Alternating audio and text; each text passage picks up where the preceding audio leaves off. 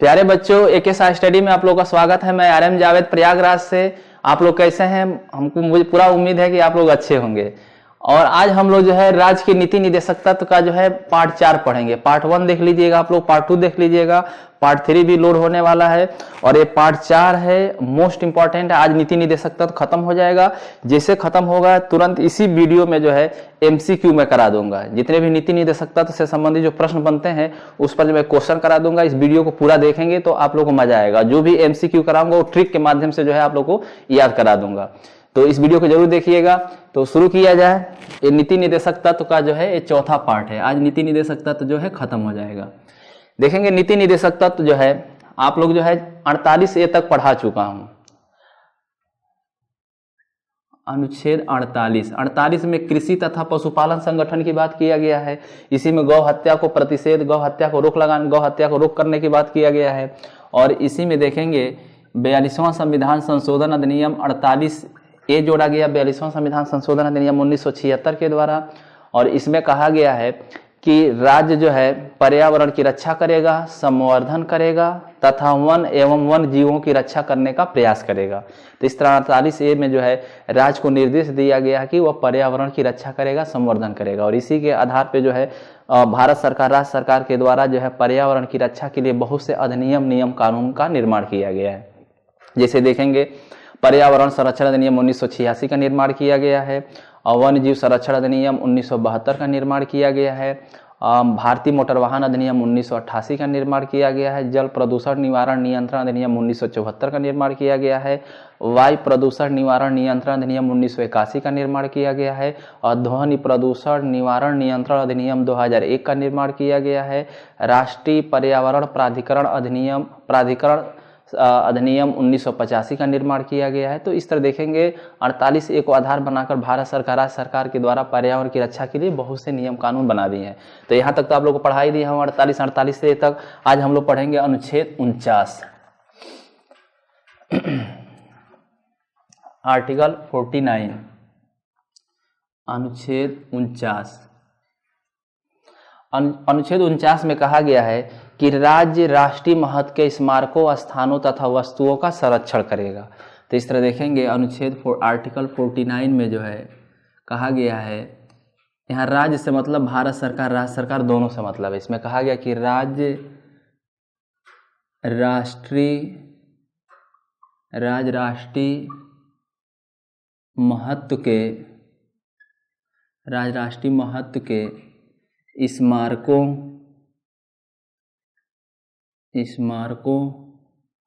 स्थानों तथा वस्तुओं का संरक्षण करेगा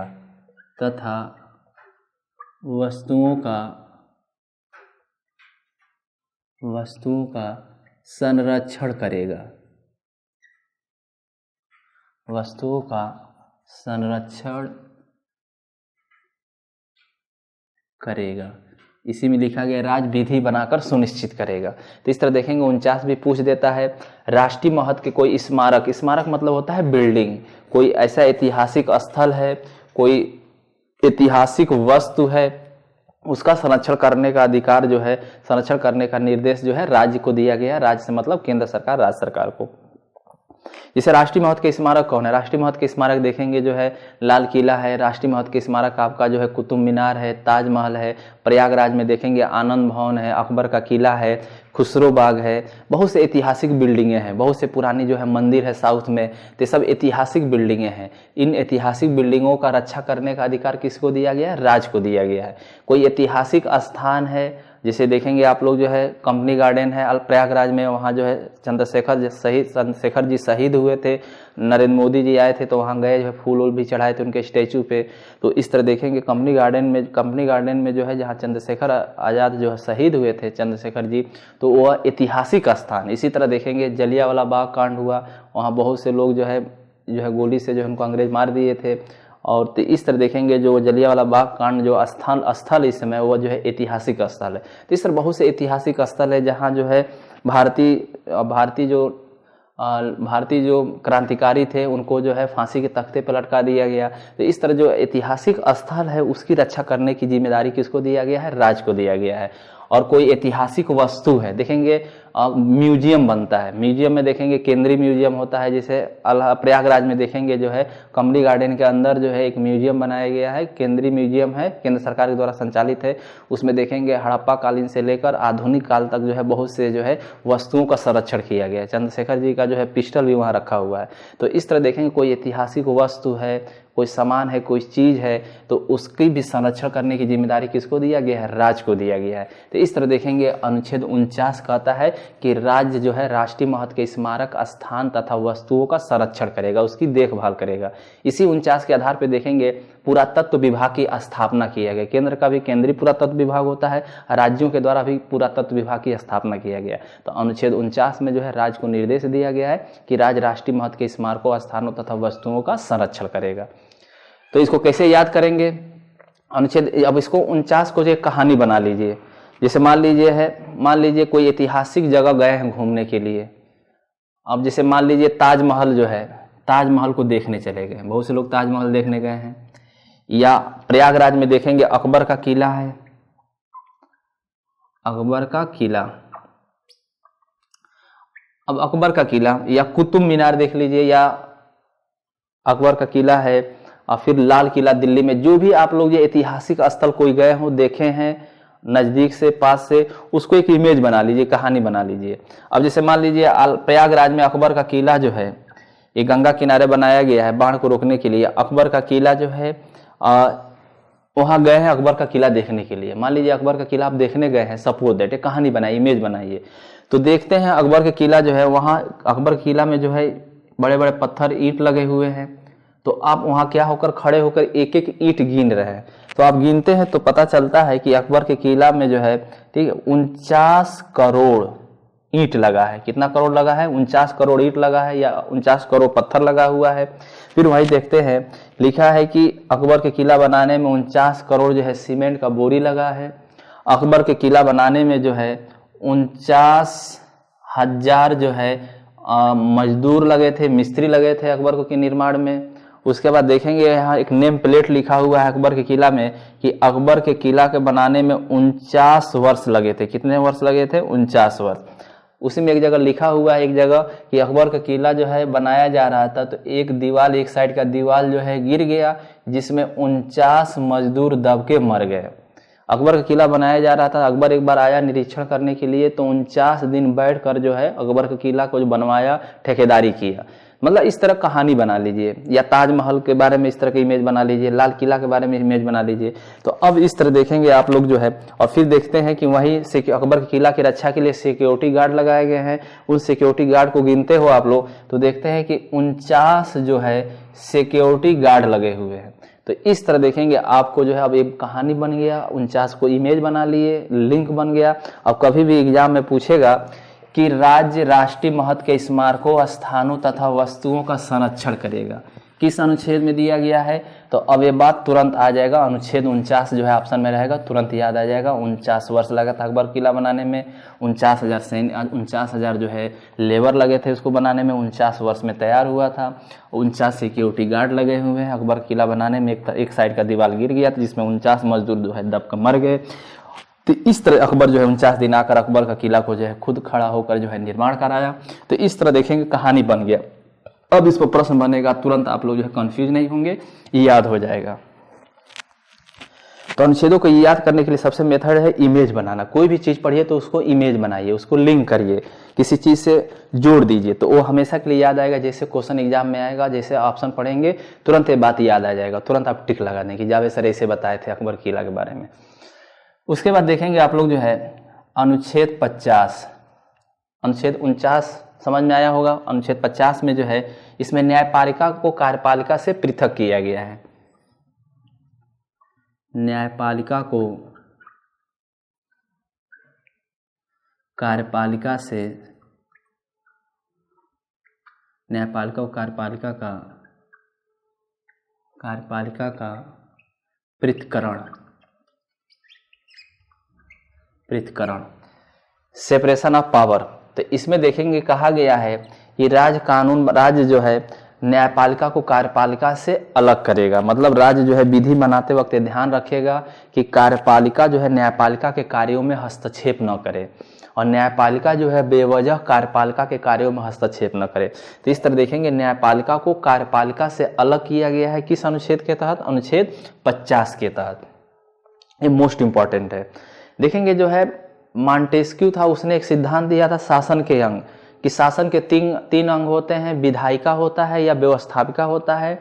विधायिका का काम होता है कानून बनाना। शासन के दूसरा अंग होता है कार्यपालिका, इसका काम होता है विधायिका के बनाए गए कानून को कार्यपालिका क्रियान्वित करती है, लागू करती है।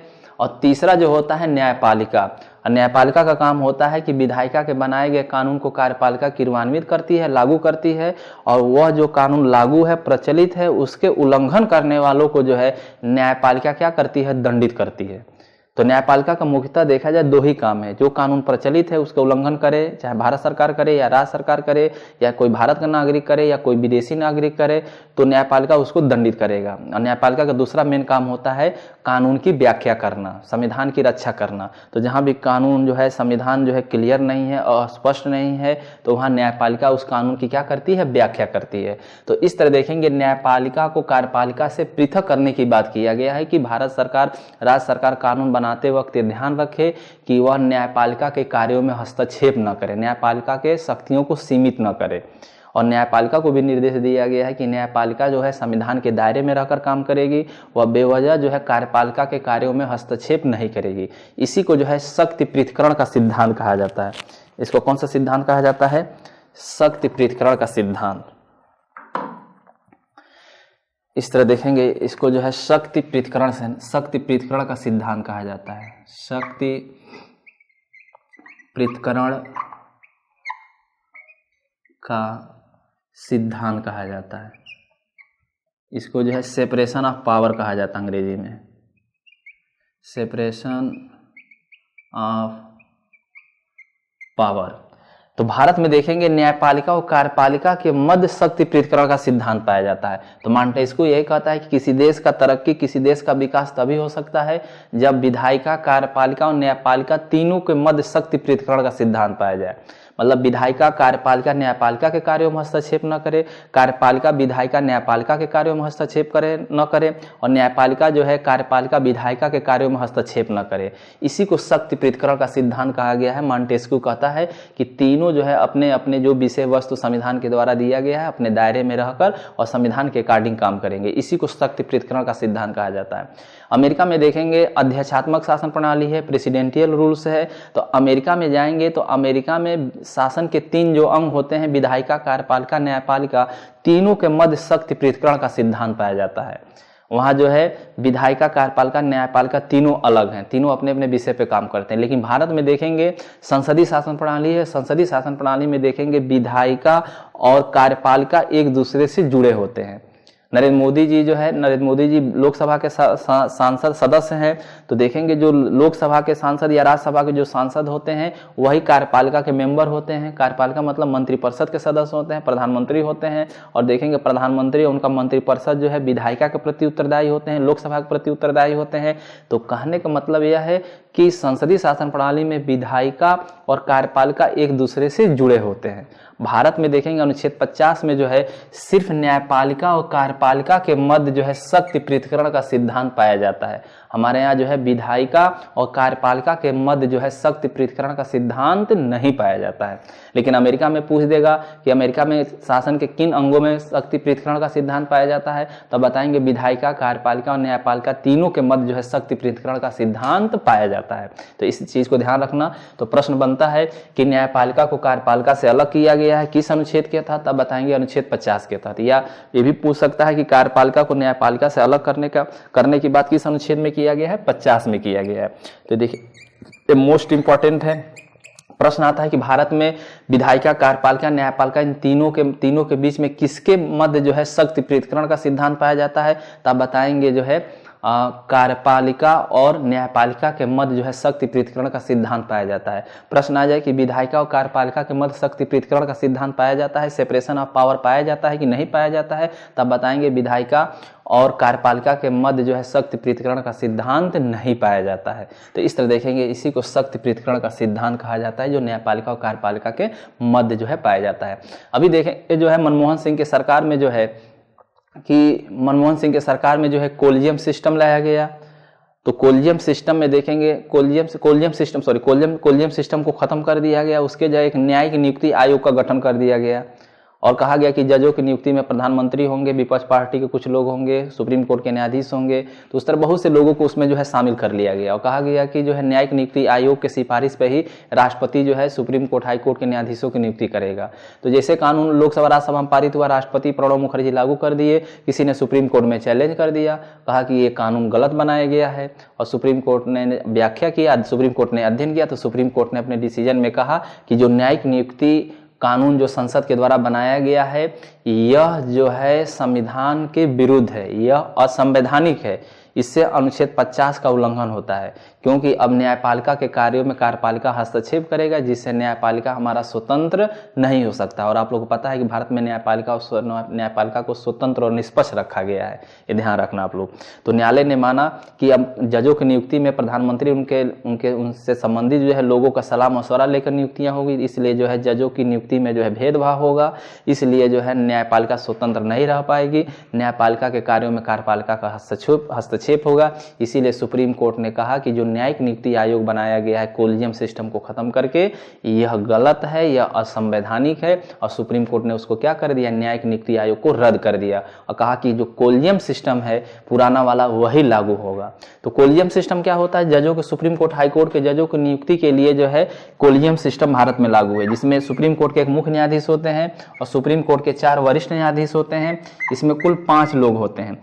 इन्हीं 5 लोगों को है कोलिजियम सिस्टम में जो शामिल किया गया है और यही 5 लोग जो है सिफारिश करते हैं कि सुप्रीम कोर्ट और हाई कोर्ट में किसको न्यायाधीश बनाया जाए, किसका प्रमोशन किया जाए, किसका स्थानांतरण किया जाए। तो ये कोलिजियम के सिफारिश पर ही राष्ट्रपति जो है, ठीक है, जजों की नियुक्ति करता है, ट्रांसफर करता है। तो इस तरह देखेंगे यह कोलिजियम सिस्टम है। तो इस कोलिजियम सिस्टम में जो है कार्यपालिका का कोई भी लोग नहीं होते, कोई भी सदस्य नहीं होता है, इसीलिए भारत में कोलिजियम सिस्टम को निष्पक्ष और स्वतंत्र माना जाता है। इसी को भारत सरकार ने मनमोहन सिंह खत्म करके जो है कोलिजियम सिस्टम को समाप्त करके अब जो है इसको न्यायिक नियुक्ति आयोग का गठन कर दिया गया था। न्यायिक नियुक्ति से संबंधित जो है, ठीक है, अब एक एग्जाम प्रतियोगी परीक्षा का आयोजन होगा, तो इसलिए देखेंगे इसको रद्द कर दिया गया। सुप्रीम कोर्ट ने माना कि न्यायिक कोलिजियम सिस्टम ही अच्छा है। इसीलिए देखेंगे भारत में संसद सर्वोच्च नहीं है, क्योंकि संसद के बनाए गए कानून को सुप्रीम कोर्ट ने क्या कर दिया, रद्द कर दिया। इसीलिए भारत में सर्वोच्च है तो संविधान सर्वोच्च है। भारत में संसद कब सर्वोच्च होता है कि संसद के बनाए गए कानून को जो है यदि न्यायपालिका रद्द नहीं कर पाती, समाप्त नहीं कर पाती, तब माना जाता है कि भारत में जो है संसद जो है संप्रभु है, सर्वोच्च है। इसलिए देखेंगे भारत में न्यायपालिका को स्वतंत्र और निष्पक्ष बनाया गया है और यहाँ भारत में संसद सर्वोच्च नहीं है। भारत में न्यायिक पुनर्लोकन का प्रयोग किया जाता है। संसद कोई कानून बनाती है, विधानमंडल कोई कानून बनाती है, संविधान के विरुद्ध है, तो न्यायपालिका उसको रद्द कर सकती है। इसीलिए भारत में संविधान सर्वोच्च है, न कि संसद सर्वोच्च है। तो इस चीज़ को ध्यान रखना, क्योंकि सुप्रीम कोर्ट ने कहा कि भारत में न्यायपालिका के कार्यों में कार्यपालिका हस्तक्षेप नहीं कर सकती है। जो कानून बनाया गया है वो कार्यपालिका जो है न्यायपालिका कार्यों में हस्तक्षेप कर रही थी, इसलिए मैं इसको रद्द कर रहा हूँ। इसी को जो है इसी को जो है शक्ति पृथक्करण का सिद्धांत कहा जाता है। ध्यान रखना आप लोग, क्योंकि विधायिका और कार्यपालिका के बीच जो है संबंध पाए जाते हैं, एक दूसरे से जुड़े होते हैं, लेकिन न्यायपालिका और कार्यपालिका को भारत में क्या किया गया है, अलग किया गया है। तो आप लोग को पूरा समझ में आया होगा। तो प्रश्न पूछा जाता है कि न्यायपालिका को कार्यपालिका से अलग किया गया किस अनुच्छेद के तहत, आप बताएंगे अनुच्छेद 50 के तहत। इसको कैसे याद रखेंगे, 50-50 का मतलब होता है जैसे 50-50 बिस्किट भी खाते हैं आप लोग और 50-50 क्रिकेट मैच भी देखते हैं। तो जैसे पूछेगा कि न्यायपालिका को कार्यपालिका से अलग किया गया है किस अनुच्छेद के तहत, आप बताएंगे अनुच्छेद 50 के तहत जो है न्यायपालिका को कार्यपालिका से अलग किया गया है। ध्यान रखना आप लोग।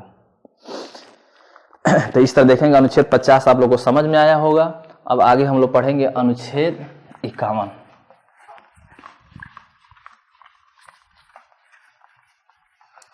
अनुच्छेद 51 अंतिम अनुच्छेद है। अनुच्छेद 51 नीति नहीं दे सकता 36 से 51 तक है। अनुच्छेद 31 में जो है अनुच्छेद 51 में कहा गया है, 51 में कहा गया है कि राज्य जो है अंतर्राष्ट्रीय शांति एवं सुरक्षा की अभिवृद्धि करेगा। राज्य अंतर्राष्ट्रीय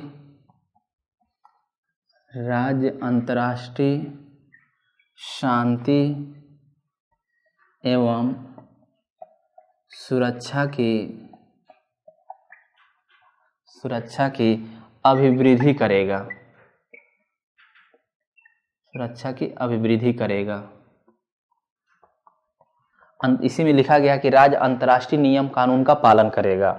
दो देशों के मध्य युद्ध होने की संभावना है तो भारत मध्यस्थता करके उसको सुलझाने का प्रयास करेगा। अंतर्राष्ट्रीय नियम कानून जो है उसका सम्मान करेगा और भारत के लोग भी जो है अंतर्राष्ट्रीय नियम कानून संधि समझौतों का पालन करेंगे। तो इस तरह देखेंगे अनुच्छेद 51 में जो है अंतर्राष्ट्रीय शांति की बात किया गया है। ये ध्यान रखना, अंतर्राष्ट्रीय शांति की बात किया कि राज्य जो है विश्व में जो है अंतर्राष्ट्रीय शांति और सुरक्षा की अभिवृद्धि करेगा, प्रयास करेगा, युद्ध नहीं करेगा। युद्ध होने की संभावना है तो भारत मध्यस्थता कर उसको सुलझाने का प्रयास करेगा। अंतर्राष्ट्रीय नियम कानून संधि समझौता का पालन करेगा भारत, और भारत के जो नागरिक है वो भी अंतर्राष्ट्रीय नियम कानून संधि समझौता का सम्मान करेंगे, पालन करेंगे। तो इस तरह देखेंगे अनुच्छेद 36 में देखेंगे आप लोग जो है राज्य का परिभाषा दिया गया, भारत के 36 राज्यों के बारे में डिफाइन किया गया है। और अंतिम अनुच्छेद जो है ये अंतर्राष्ट्रीय राज्य की बात कर रहा है, विश्व में जो है शांति की बात करता है। तो कहा जाता है ना, जब पहले घर में दीपक जलाया जाता है तब पड़ोसी के जो है दीपक जलाया जाता है। तो पहले जो हम लोग जो है भारत में 36 में राज्य का परिभाषा दिया गया, भारत के राज्यों के बारे में दिया गया है, भारत के राज्य की नीतियों के बारे में बताया गया। फिर अंतिम अनुच्छेद में जो है विश्व शांति की बात किया जा रहा है।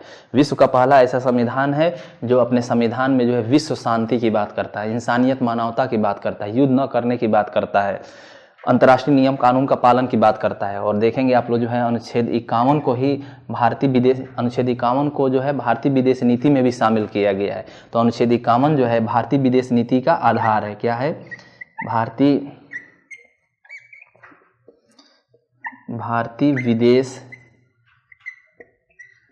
विदेश नीति का आधार है।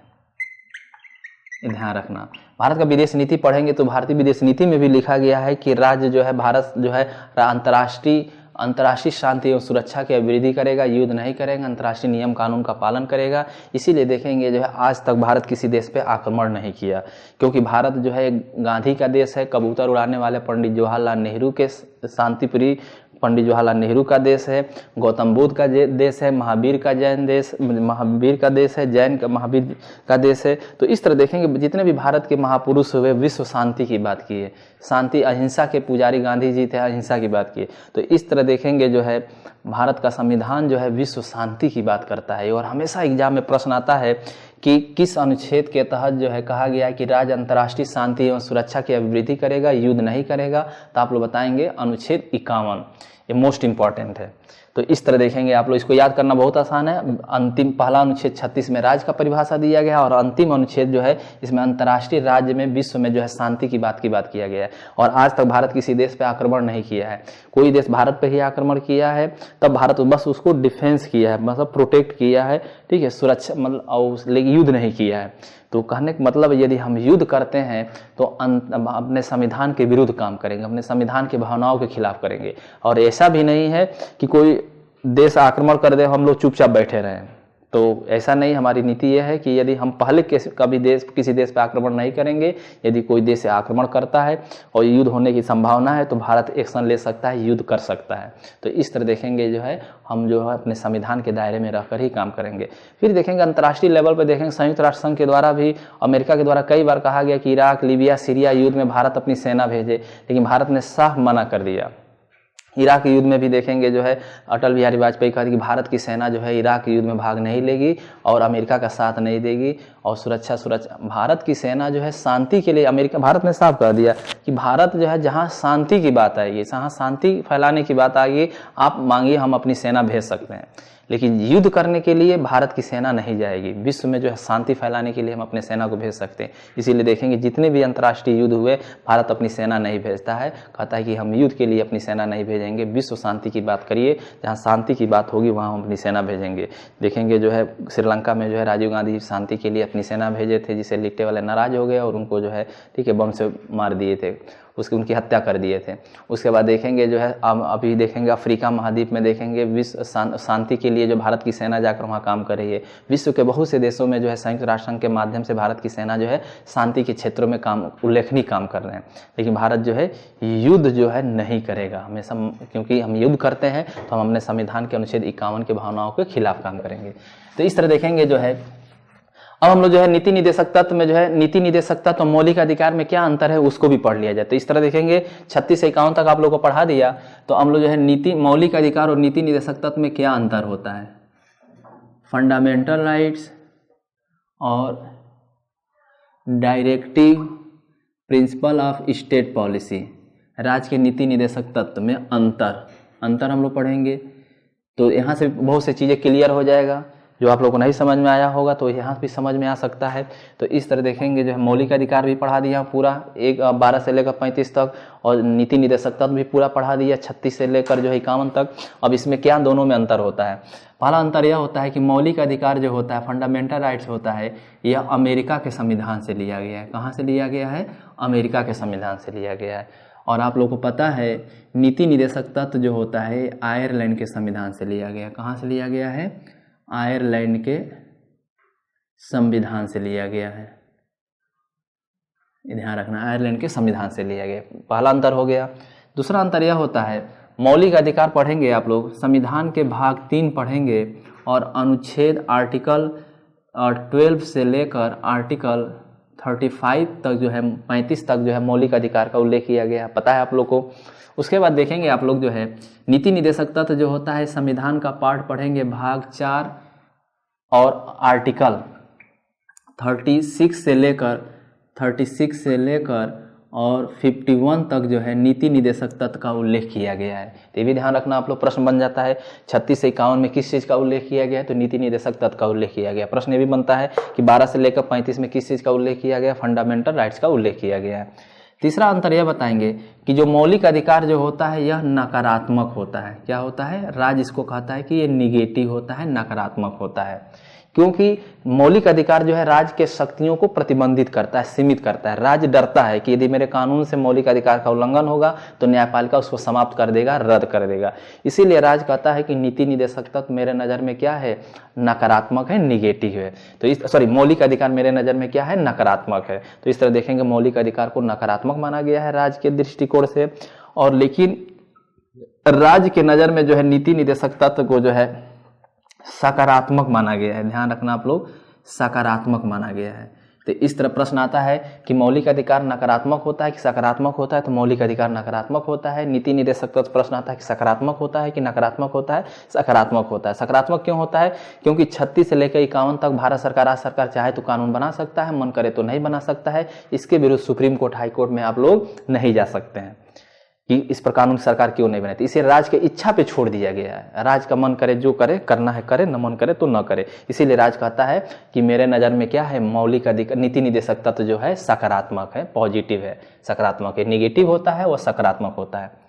चौथा अंतर बताएंगे, जब देश में राष्ट्रीय आपात लागू होता है तो अनुच्छेद 20 और 21 को छोड़ दिया जाए तो अन्य मौलिक अधिकारों को भारत का राष्ट्रपति क्या कर सकता है, निलंबित कर सकता है। अन्य मौलिक अधिकारों को निलंबित कर सकता है। इसलिए चौथा अंतर बताया जाता है कि मौलिक अधिकार जो होता है वह निलंबनीय होता है, निलंबनीय होता है, मतलब इसको सस्पेंड किया जा सकता है, निलंबनीय होता है। तो इस तरह देखेंगे अनुच्छेद 20 से 21 को छोड़कर राष्ट्रपति जो है अन्य मौलिक अधिकारों को राष्ट्रीय आपातकाल के दौरान जो है निलंबित कर सकता है, सस्पेंड कर सकता है। इसीलिए मौलिक अधिकार को निलंबनीय माना गया है। लेकिन देखेंगे राष्ट्रीय आपात लागू हो जाए, वित्तीय आपात लागू हो जाए, या कोई भी संकट दिक्कत आ जाए, भारत में गृह युद्ध हो जाए, तो नीति निदेशक तत्व को निलंबित नहीं किया जाता, वो हमेशा बना रहता है। तो इस तरह देखेंगे नीति निदेशक तत्व जो होता है यह अनिलंबनीय होता है, यह निलंबनीय होता है, मतलब इसको निलंबित नहीं किया जा सकता है। तो नीति निदेशक तत्व तो अनिलंबनीय होता है। पांचवा अंतर बताएंगे आप लोग कि जो मौलिक अधिकार होता है यह व्यक्तिनिष्ठ होता है। क्या होता है, व्यक्तिनिष्ठ होता है, मतलब पर्सनल होता है, व्यक्तिनिष्ठ होता है। लेकिन जो नीति निदेशक तत्व जो होता है यह जो है आप बताएंगे समाजनिष्ठ होता है। ध्यान रखना, जो है समाजनिष्ठ होता है। पांचवा अंतर हो गया। छठवां अंतर ये बताएंगे कि जो मौलिक अधिकार होता है यह वाद्य योग्य होता है, जस्टिसिएबल होता है। मौलिक अधिकार को क्या माना गया है? वाद्य योग्य। यह वाद्य योग्य होता है मतलब जस्टिसिएबल होता है, जस्टिसिएबल होता है, यह वाद्य योग्य होता है। लेकिन जो नीति निदेशक तत्व जो होता है यह मौलिक वाद योग का मतलब होता है कि इसका उल्लंघन होने पर 32 के तहत सुप्रीम कोर्ट में, 226 के तहत हाई कोर्ट में जा सकते हैं, मुकदमा कर सकते हैं। वाद मतलब होता है मुकदमा करना, योग मतलब होता है मुकदमा करने लायक। तो मौलिक अधिकार क्या है? मुकदमा कर सकते हैं, सरकार न्यायपालिका इसको लागू करा सकती है और मौलिक अधिकार का उल्लंघन करने वालों को दंडित कर सकती है। इसीलिए मौलिक अधिकार को जो है क्या कहा जाता है? वाद्य योग कहा जाता है, जस्टिसिएबल होता है। लेकिन जो नीति निदेशक तत्व जो होता है यह किसी भी सिचुएशन में, किसी भी परिस्थिति में जो है वाद्य योग, किसी भी परिस्थिति में जो इसको मतलब इस पर सरकार, भारत सरकार, राज्य सरकार चाहे इस पर कानून बनाए या न बनाए, किसी परिस्थिति में इसमें सुप्रीम कोर्ट, हाई कोर्ट में नहीं जा सकते हैं कि भारत सरकार, राज्य सरकार 36 से लेकर 51 पर कानून क्यों नहीं बना रही है। इसीलिए कहा जाता है कि जो नीति निदेशक तत्व होता है, directive principle of state policy होता है, यह वाद्य योग्य नहीं होता है, यह वाद्य योग्य नहीं होता है, ध्यान रखना, यह वाद्य योग्य नहीं होता है, ध्यान रखना। ठीक है, छठवां अंतर ये हो गया। उसके बाद देखेंगे आप लोग जो है सातवां अंतर बताएंगे, जो मौलिक अधिकार का जो विषय वस्तु होता है ज्यादा विस्तृत है। संविधान का सबसे बड़ा कोई भाग बड़ा है तो मौलिक अधिकार है, सबसे विस्तृत कोई भाग है तो मौलिक अधिकार को माना गया है। तो इस तरह देखेंगे मौलिक अधिकार जो है इसका विषय वस्तु क्या है? विस्तृत है। इसका जो है विषय वस्तु, इसका विषय वस्तु क्या है? विस्तृत है, ये ध्यान रखना, विस्तृत है। समझ में आ गया? तो संविधान का सबसे बड़ा कोई भाग माना जाता है तो भाग 4 को ही या 3 को ही माना जाता है। ठीक है, ध्यान रखना, भाग 3 को। तो इसका विषय वस्तु क्या है? विस्तृत है। मौलिक अधिकार की अपेक्षा तुलना किया जाए नीति निदेशक तत्व का, तो नीति निदेशक तत्व जो होता है इसका विषय वस्तु क्या है? संक्षिप्त होता है। इसका विषय वस्तु क्या है? इसका विषय वस्तु संक्षिप्त होता है। इसका विषय वस्तु क्या है? संक्षिप्त होता है, ये ध्यान रखना है। मौलिक अधिकार की अपेक्षा नीति निदेशक तत्व छोटा माना गया है। उसके बाद आठवां अंतर ये बताएंगे आप लोग कि नीति निदेश मौलिक अधिकार जो होता है, भारत में कोई भी बच्चा जन्म लेता है, भारत का नागरिक है, भारत में कोई भी जन्म लेता है तो जन्म लेते ही उसको जो है फंडामेंटल राइट्स जो है, ठीक है, फंडामेंटल राइट्स जन्म लेने के बाद ही उसको, जन्म लेते ही उसको मौलिक अधिकार स्वतः प्राप्त हो जाता है। तो मौलिक अधिकार भारत का में कोई भी बच्चा है जन्म लेता है तो उसको मौलिक अधिकार स्वतः प्राप्त हो जाता है। लेकिन जो नीति निदेशक तत्व जो होता है, नीति निदेशक तत्व होता है 36 से 51 पे जब सरकार कानून बनाती है तभी यह नागरिकों को प्राप्त होता है, समाज को प्राप्त होता है। तो आप कह सकते हैं इस पर कानून बनाने के बाद नागरिकों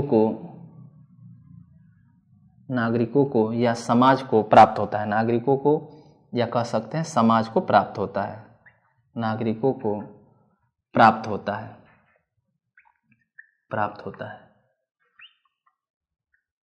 ये ध्यान रखना। और 9वां अंतर आप बताएंगे कि मौलिक अधिकार का उद्देश्य होता है भारत में सामाजिक, आर्थिक और राजनीतिक न्याय की स्थापना करना। सामाजिक न्याय का मतलब होता है कि धर्म, जाति, लिंग, जन्म स्थान आदि के आधार पर समाज में किसी भी व्यक्ति के साथ जो है भेदभाव नहीं किया जाएगा, इसी को सामाजिक न्याय कहा गया है। आर्थिक न्याय का मतलब होता है आर्थिक आधार पर किसी के साथ भेदभाव नहीं किया जाएगा। भारत सरकार, राज्य सरकार ऐसी पॉलिसी बनाएगी कि सबके पास एक समान धन दौलत हो, हर तरह की भौतिकवादी चीजें हों, इस तरह देखेंगे, इसी को आर्थिक न्याय कहा जाता है। सरकार ऐसी नीतियां, पॉलिसी नहीं बनाएगी कि अमीर अमीर होता जाए, गरीब गरीब होता जाए, कोई खाते खाते मरे, कोई भूखा मरे, अमीरी गरीबी के बीच जो है खाई बढ़ता जाए, इसको आर्थिक न्याय नहीं कहा जाता। आर्थिक न्याय का मतलब उद्देश्य होता है कि जो अमीरी गरीबी के बीच जो खाई है उसको समाप्त किया जाए, सबके पास एक समान धन दौलत हो, हर तरह की भौतिकवादी चीजें हों, किसी तरह जो है अमीरी गरीबी, छोटा बड़ा का भेदभाव न हो, इसी को आर्थिक न्याय कहा गया है। राजनीतिक न्याय का मतलब होता है कि राजनीति में भी धर्म, मूल, वंश, जाति, लिंग, जन्म स्थान आदि के आधार पर किसी भी नागरिक के साथ भेदभाव नहीं किया जाएगा।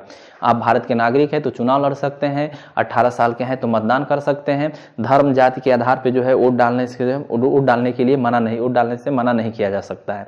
तो आप चुनाव लड़ सकते हैं, उम्मीदवार खड़ा कर सकते हैं, राष्ट्रपति, प्रधानमंत्री, विधायक, सांसद, मेयर, ग्राम प्रधान आदि बन सकते हैं। यह आपका जो है राइट दिया गया है। तो इस तरह देखेंगे इसी को राजनीतिक न्याय किया गया है कि राजनीति में भी धर्म, जाति, लिंग, जन्म स्थान के आधार पर भेदभाव नहीं होगा। तो इस तरह देखेंगे जो है मौलिक अधिकार का उद्देश्य भारत में क्या है, सामाजिक, आर्थिक और राजनीतिक न्याय की स्थापना करना, राजनीतिक न्याय की स्थापना करना है, ध्यान रखना। नीति निदेशक तत्व का उद्देश्य क्या है, नीति निदेशक तत्व का उद्देश्य है भारत में जो है सामाजिक, आर्थिक नहीं है, सामाजिक धार्मिक है, सामाजिक धार्मिक और राजनीतिक न्याय की स्थापना करना। धार्मिक न्याय का मतलब होता है कि धार्मिक न्याय का मतलब होता है कि धर्म, जात, धर्म के आधार, धर्म में जो है किसी भी तरह राज्य सरकार हस्तक्षेप नहीं किया जाएगा। जिसमें धर्म में आस्था है, विश्वास है, उस धर्म को मान सकते हैं, क्योंकि भारत एक धर्मनिरपेक्ष राज्य है। तो इस तरह देखेंगे मौलिक अधिकार का उद्देश्य है सामाजिक न्याय, धार्मिक न्याय और राजनीतिक न्याय। नीति निदेशक तत्व का उद्देश्य है भारत में सामाजिक, आर्थिक और राजनीतिक न्याय की स्थापना करना। सामाजिक, आर्थिक और राजनीतिक न्याय की स्थापना करना, सामाजिक, आर्थिक और राजनीतिक न्याय की स्थापना करना।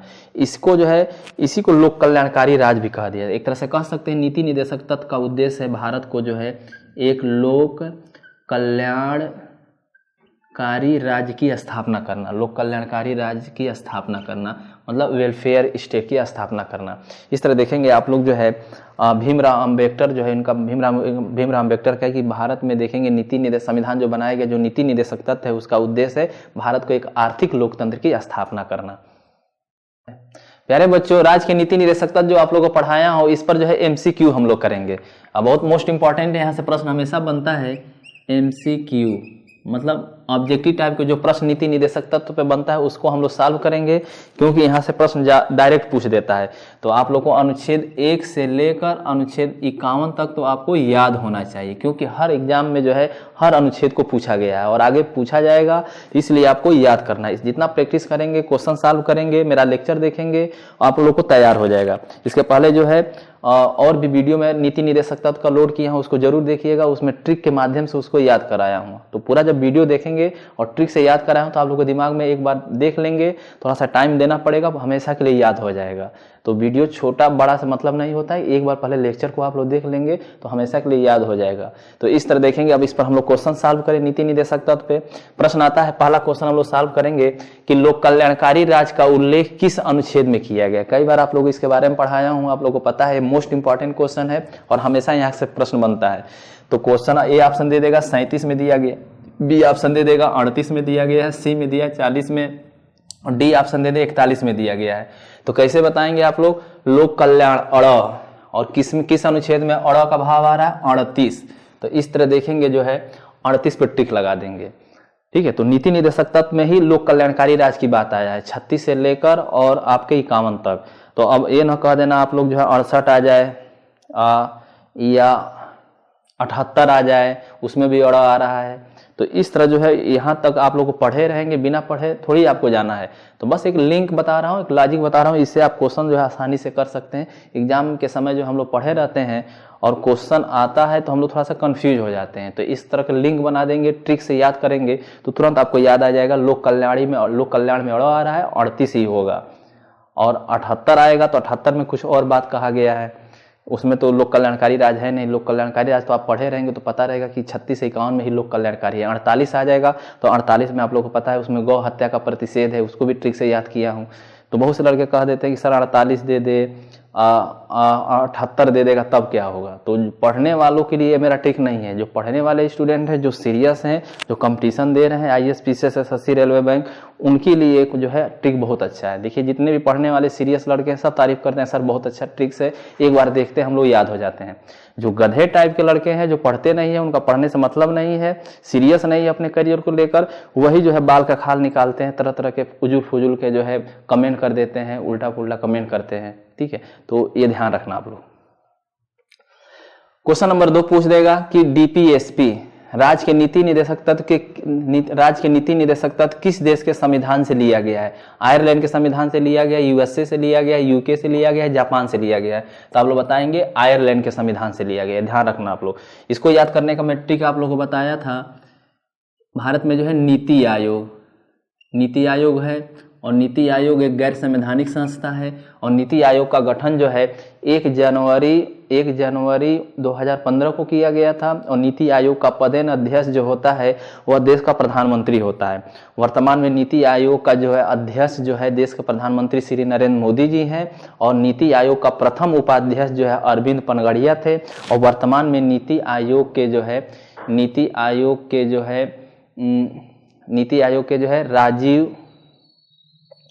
नीति आयोग के अध्यक्ष कौन है?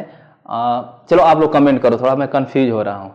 वर्तमान में जो है नीति आयोग का जो अध्यक्ष जो है राजीव कुमार है, ये ध्यान रखना आप लोग, ठीक है, ये मोस्ट इंपॉर्टेंट है, यहाँ से प्रश्न बनता है। क्वेश्चन नंबर देखिए 3, डीपीएसपी में राज्य को परिभाषित किया है, मतलब किस नीति निदेशक तत्व में राज्य को परिभाषित किया गया, परिभाषा दिया गया है। तो हाँ, इसको ट्रिक समझ लो, नीति आयोग कहाँ, राज्य के नीति निदेशक तत्व कहाँ से लिया गया है, तो इस ट्रिक से नीति आयोग से आप याद कर सकते हैं।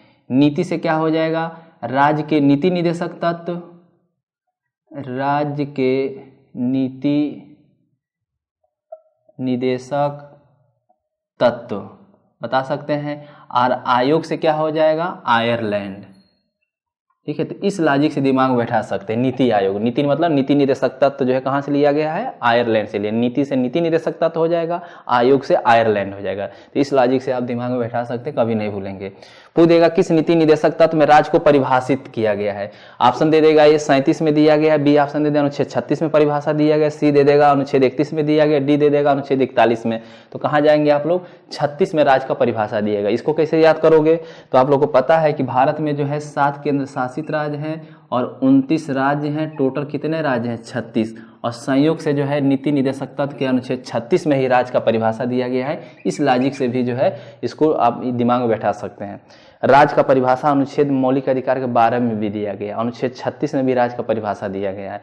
भाग 6 पढ़ेंगे तो अनुच्छेद 152 जो दिया गया है उसमें भी राज्य को परिभाषा दिया गया है। तो इस तरह कई जगह परिभाषा आया है, लेकिन नीति निदेशक तत्व कह रहा है तो इसमें 36 में ही राज्य का परिभाषा दिया गया है, और संयोग से भारत में 36 राज्य है और अनुच्छेद 36 में ही राज्य को डिफिनीशन दिया गया, डिफाइन किया गया। इससे दिमाग में बैठा लेना आपको।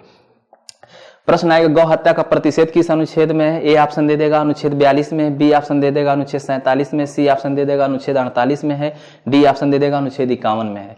तो आप लोग देखेंगे गौ हत्या का प्रतिषेध अनुच्छेद 48 में किया गया है। देखेंगे इसको याद करने का बताया था। एक गाय खरीद के लाते हैं, 48 करोड़ की है, 48 लीटर दूध सुबह देती है, 48 लीटर शाम को देती है, 48 लीटर जो है रात में भी, दोपहर में भी देती है। जितना दूध उतना दही घी बनता है, और एक बार में 48 किलो कपिला पशु आहार खा जाती है और 48 किलो गोबर भी करती है। तो इस तरह देखेंगे, इस लॉजिक से दिमाग में बैठा लेंगे कि गाय का हत्या का प्रतिषेध के बाद अनुच्छेद 48 में किया गया। जैसे एक गाय में एक गाय जो होता है, ठीक है, गाय होती है उसके 4 पैर होते हैं, और 2 गाय रखें तो कितने पैर हो जाएगा, 4 दूनी 8। तो इस लॉजिक से भी दिमाग में जो है बैठा सकते हैं। क्वेश्चन नंबर 5 देखिए, किस अनुच्छेद के तहत न्यायपालिका को कार्यपालिका से अलग किया गया, पृथक्करण किया गया। ऑप्शन दे देगा ए 43 में, बी ऑप्शन देगा अनुच्छेद 41 में, सी दे देगा अनुच्छेद 50 में, डी ऑप्शन दे देगा अनुच्छेद 51 में। तो न्यायपालिका को कार्यपालिका से को अलग किया गया है किस अनुच्छेद के तहत, आप बताएंगे अनुच्छेद 50 में। 50-50 मतलब बराबर बराबर जो है अलग अलग बांट सकते हैं। क्वेश्चन नंबर 6 देखें, directive principle of state policy, राज्य के नीति निदेशक तत्व के किस अनुच्छेद में पर्यावरण संरक्षण की बात की गई है। यहाँ डीपीएसपी की बात कर रहा है। ऑप्शन दे देगा अनुच्छेद 48 में, बी ऑप्शन दे देगा 48A में, सी दे देगा 49 में, डी दे देगा अनुच्छेद 50 में। तो आप लोग बताएंगे 48A में जो है पर्यावरण की संरक्षण की बात किया गया है। 48 में कहा गया कि राज्य पर्यावरण की रक्षा करेगा, संवर्धन करेगा, वन तथा वन जीवों की रक्षा करेगा। इसको कैसे याद रखेंगे, 48 और 48A में कंफ्यूज हो जाते हैं। तो देखेंगे ए से बना लीजिए, शब्द बना लीजिए एटमॉस्फेयर, और एटमॉस्फेयर मतलब वातावरण, पर्यावरण, और ए फॉर एनिमल बना लीजिए, एनिमल मतलब जानवर, वन्य जीव। तो पर्यावरण, वातावरण और जानवरों की रक्षा की बात किसमें किया गया, 48 से। इस तरह एक शब्द बना लेंगे, 2 शब्द बना लेंगे तो इसे तुरंत याद आ जाएगा। बहुत से लड़के 48 पे जाते हैं, लेकिन अब 48A पे जाएंगे।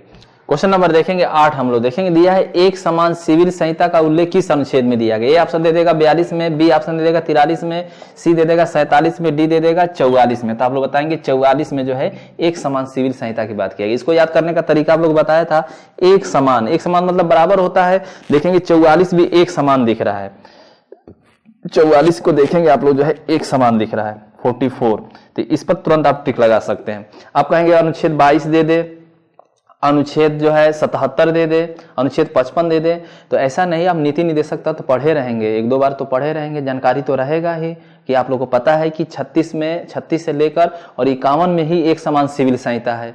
ऐसा तो नहीं है बिना पढ़े ही आप चले जाएंगे एग्जाम देने। तो ये लिंक होता है, थोड़ा सा इस तरह से दिमाग बैठाओगे तो आप लोग बैठ जाएगा, कंफ्यूज नहीं रहेंगे। जो ना पढ़ने वाले उनके लिए ट्रिक नहीं है, जो गंभीर बच्चे हैं, जो सीरियस, उनको ये तुरंत समझ में आ जाएगा। तो जैसे एक समान सिविल संहिता आएगा तुरंत आप 44 पे ही जाएंगे, ठीक है, 55 पे नहीं जाएंगे। 55 में जो है राष्ट्रपति की निर्वाचन पद्धति है, 22 में जो है 22 में देखेंगे आप लोग जो है बिना कारण बताए गिरफ्तार नहीं किया जाएगा, और 77 में कहा गया है कि केंद्र के सभी कार्य राष्ट्रपति के नाम से किए जाएंगे। तो ऐसा नहीं है, संविधान पढ़े रहेंगे, अन्य अनुच्छेदों को भी मैं ट्रिक से याद कराऊंगा। 77 भी याद होगा, 55 भी आपका याद होगा, उसके बाद जो है 22 भी आप लोगों को पढ़ाया हूँ, बताया हूँ। तो इस तरह जो है 44 पे ही जाएंगे, ठीक है। और ऑप्शन देगा नहीं, ऑप्शन देता है एग्जाम में तो यही 42, 43, 44, 47 से यही देगा, नीति निर्देशक तत्व के देगा। वो 55 लाकर नहीं देगा, यहाँ 77 नहीं देगा ना, कि 22 देगा। तो बहुत से लड़के कहे थे कि सर 22 दे देगा, 55 दे देगा तो क्या हो जाएगा, 77 दे देगा तो क्या हो जाएगा। तो बाल का खाल निकालने से कोई मतलब है नहीं, ठीक है। आपको समझ में आ गया बातें तो ठीक है, नहीं समझ में आया तो कोई दिक्कत नहीं, ठीक है। आप कोई ट्रिक पढ़ाना बहुत जरूरी नहीं है, लेकिन जो पढ़ने वाले सीरियस हैं बच्चे हैं उनके लिए मैं ट्रिक बनाता हूँ इस चीज को ध्यान रखना। पूछ देगा कि प्रसूति सहायता देने की बात किस अनुच्छेद में किया गया है। 41 में किया गया, 42 में किया गया, 43 में किया गया कि 44 में कहा गया।